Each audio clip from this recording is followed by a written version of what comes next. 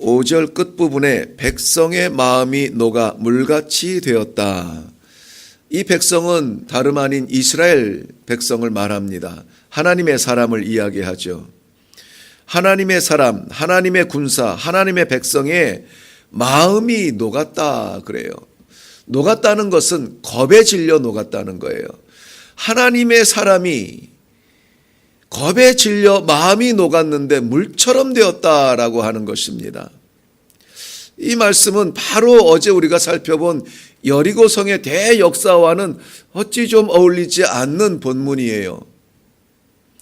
이 본문 말씀을 보면 묵상하면서 저는 왜 이 시대에 하나님의 사람이 떠올랐을까요? 하나님의 사람, 천지를 지으신 그 하나님을 아버지라고 부르는 믿음의 사람들이 마지막 시대가 되어 갈수록 더 그 믿음의 빛을 발하여서 어두움이 꼼짝 못하게 장악하고 하나님의 나라가 가까워옴을 선포해야 되는 이 시대에 과연 우리는 믿음의 사람으로 이 땅을 떳떳하게 살아가고 있는가 하는 것에는 그렇게 말하기가 어려운 시대가 되었습니다. 이제 연말이 다가오면서 벌써 백화점이나 상점이나 고객들을 불러 모아야 하는 곳에는 성탄절 트리를 해놓고 번쩍번쩍하게 장식을 해놓고 화려하게 꾸며 놓았습니다. 그런데 그 하나님의 역사가, 하나님의 성육신하신 임마누엘의 역사가 상술에마저 밀리는 듯한 이 안타까운 마음이 왜 드는지 모르겠어요. 하나님을 믿는다 마음껏 말할 수 없고 하나님의 사람이다, 믿음의 사람이다 드러내고 살아가지 못하는 이 시대에 감춰진 듯한 믿음의 행적들은 어디에서 찾아야 합니까? 그것은 비단 우리나라의 현상뿐만이 아닙니다. 미국에서는 이미 오래전부터 지금 화려하게 치장은 했겠죠. 그런데 이 상점에서 직원들은 빨간 꽃갈 모자를 쓰기도 하고 산타의 복장을 입으면서 친절하게 인사를 하면서 이 경제의 지금 이 연말의 그 특수를 보려고 애를 쓰고 있는데 정작 메리 크리스마스 인사를 못한다고 합니다. 메리 크리스마스라고 인사했다가는 이 종교를 강요한다고 해서 고발당하고 또 직장을 잃게 되고 그런 시대가 되었어요. 우리나라도 멀지 않았습니다. 우리는 오히려 이 시대에 더욱 믿음의 강심장을 가지고 믿음의 사람으로 떳떳하고도 하나님의 나라를 더 뚜렷하게 증거하며 하나님의 은혜를 나눠야 되는 이러한 위기 앞에 서 있습니다. 그런데 오늘 본문은 하나님의 백성들의 마음이 녹아져 물같이 되었다라고 말씀하고 있어요. 이것은 아무리 보아도 이 시대에 기도하는 사람들에게 하나님께서 주시는 말씀이라고 생각이 되어집니다. 다시 한번 우리의 믿음을 회복하고 다시 한번 우리의 믿음을 뜨겁게 하고 다시 한번 믿음의 강심장을 회복하여서 녹아졌던 마음들을 추스려 십자가를 세우고 하나님의 나라를 세워가는 일에 부르시는 음성이 아닌가 이러한 마음이 들었습니다. 오늘 이 시간에 우리 말씀을 나눌 때에 그 회복의 역사가 놀라운 은혜의 회복의 역사가 있기를 주님의 이름으로 축원합니다. 어제 우리가 살펴본 여리고성은 난공불락의 성이었습니다.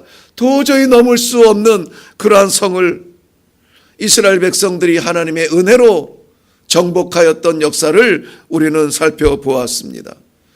여리고성 대단했기 때문일까요? 이스라엘 백성들은 길갈에서부터 성결로 준비했다고 했습니다. 저들이 할례를 통하여서 이 땅, 이 백성 이제로부터는 하나님의 나라, 하나님의 통치를 받아야 한다. 성결의 준비를 하며 유월절을 통하여서 살아계신 하나님의 역사를 기대하였습니다. 그리고 하나님의 방법으로 함락했죠.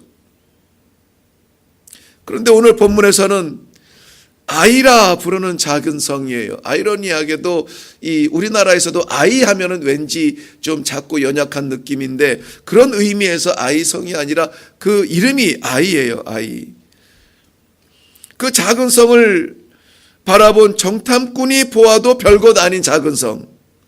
그 전투에서 36명의 형제를 잃고 패배한 이스라엘의 녹아내린 마음.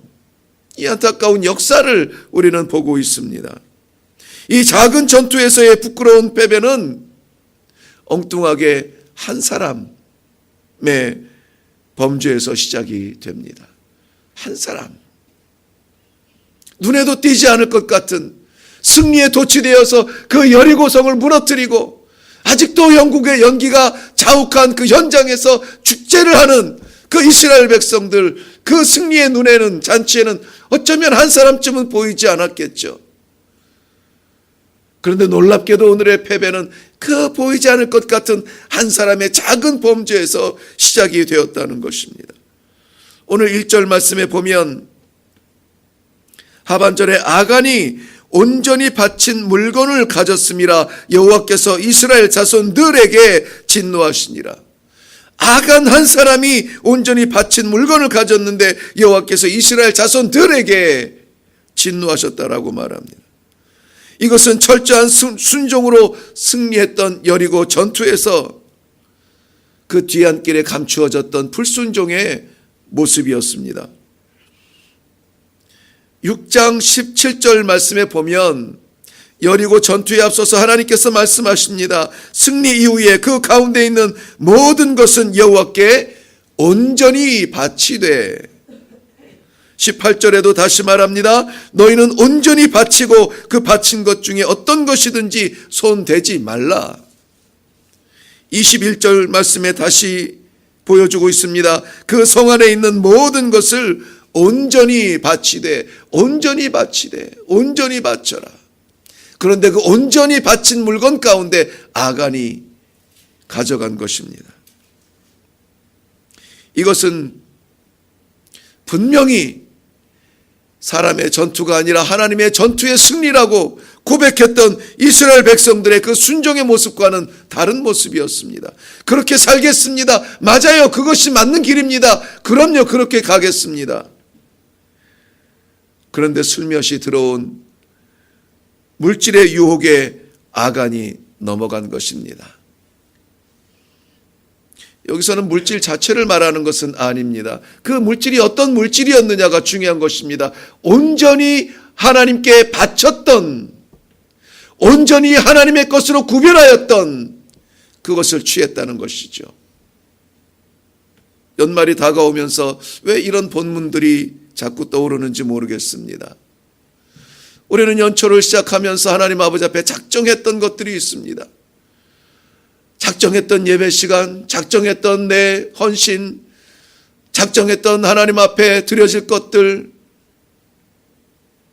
시간이 흐르며 삶에 지쳐, 삶에 바빠 우리가 하나님 아버지 앞에 온전히 바쳐야 했던 것 가운데 슬며시 취한 것은 없는가 하는 것입니다.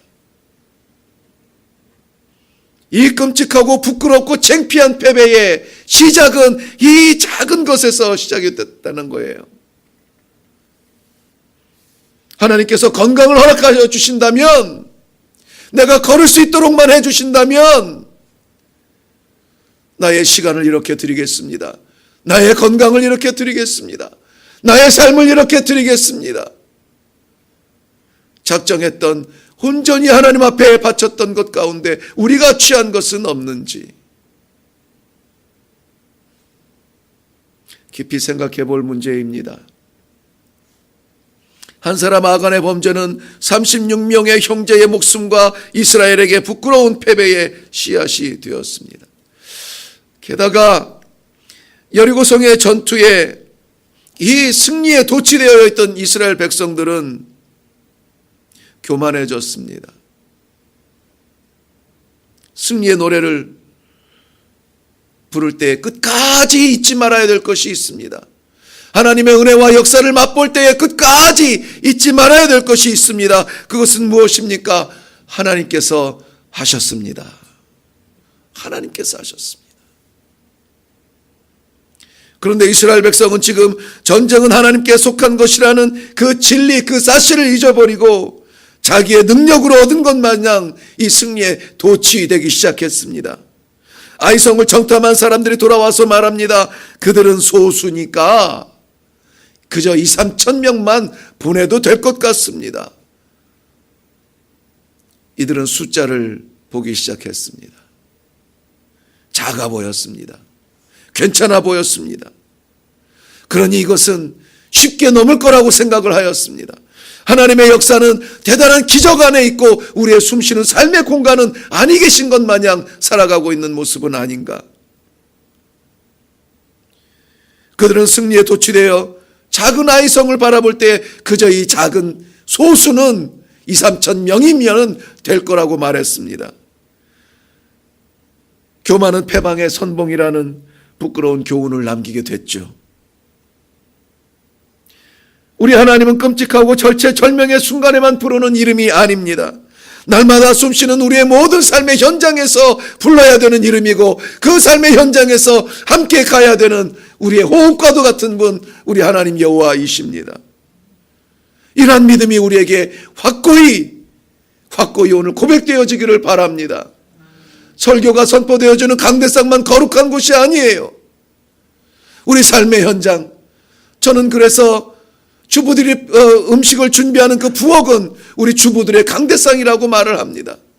설교하는 듯 설교하는 심정으로 기도하며 음식을 준비하고 담고, 그래서 우리 남정네들이 일하는 사업의 현장, 일하는 기업의 현장, 그 자리가 우리 남자들에게는 강대상이라고 말합니다.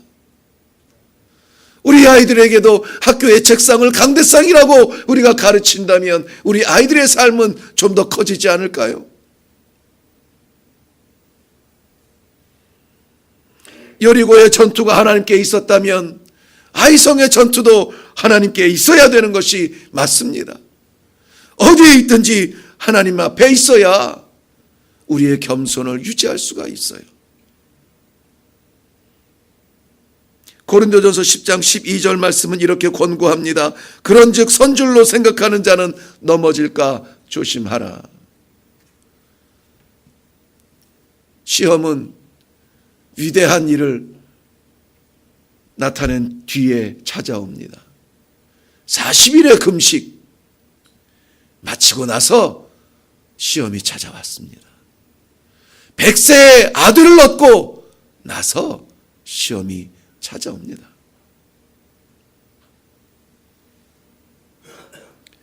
이스라엘의 이 교만의 결과가 뭡니까? 이스라엘의 교만의 결과는 아이성의 패배가 아닙니다. 그들의 교만의 결과는 하나님을 찾지 않는 것이었습니다. 오늘 본문은 아이성과의 전투 현장을 보여주고 있는데 그 어디에서도 하나님 앞에 선 모습이 보이지 않아요. 여호수아도 그저 정탐꾼들의 이야기를 듣고 3,000명쯤 올려보냈습니다. 하나님께 묻지 않습니다. 하나님의 개입이 보이지 않습니다.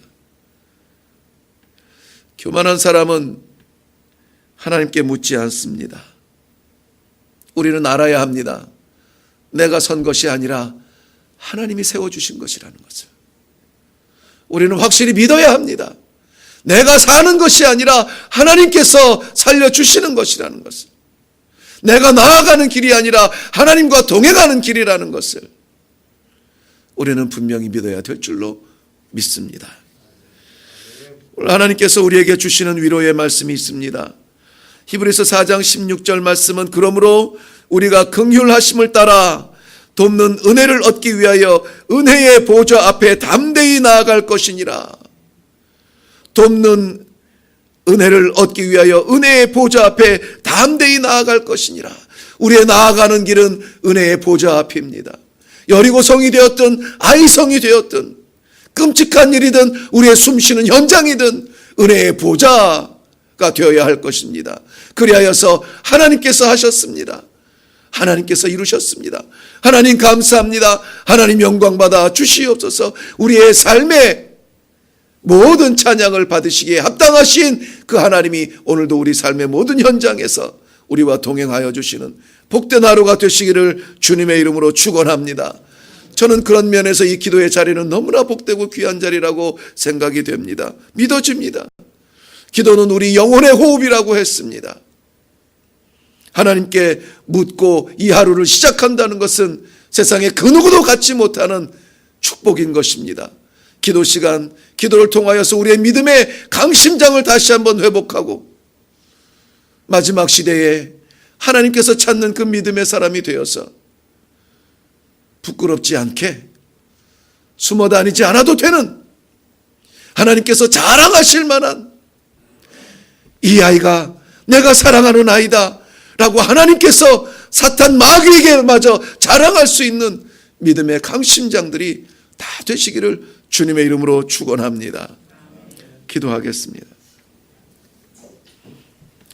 살아계신 아버지, 은혜를 감사합니다. 어찌 보면 우리는 더 작고 우리는 더 부족하고 우리는 더 두려운 이 아침에 하나님께서 다시 한번 믿음의 강심장을 허락하여 주시니 감사합니다. 하나님, 주님 앞에 약속하였던 것, 주님께 드렸던 온전한 것, 우리 것으로 취하지 않냐고 하나님 앞으로 온전하게 드릴 수 있는 결단이 있게 하여 주시옵소서. 우리의 마음이 어느 순간에도 교만하여지지 아니하고 하나님께서 말씀하여 주시는 대로 아멘으로 따라갈 수 있는 순전한 하나님의 영혼들이 되게 하여 주시옵소서. 우리의 삶의 현장마다 하나님 아버지 역사하여 주시옵소서. 이 강대상에 정말 하나님의 말씀이 쏟아지기를 기대하는 것처럼 우리의 부엌에, 우리의 일터에, 우리 아이들의 학교에 하나님의 역사가 쏟아지기를 기도하는 간절함이 있게 하여 주시옵소서. 아버지 하나님, 우리의 마음에 홀이라도 교만의 그림자 싹트거든 잘라주시고 쫓아내어 주시고 하나님 아버지 앞에 겸손하여 그저 말씀만 하옵소서. 종이 듣겠나이다, 순종하겠나이다, 따라가겠나이다. 하나님과 동행하는 것이 인생의 최고의 행복으로 누려지는 순전한 하나님의 백성들 되게 하여 주시옵소서. 감사드리옵고 예수님의 이름으로 기도하옵나이다. 아멘. 이 시간에 우리 기도할 때에 아이성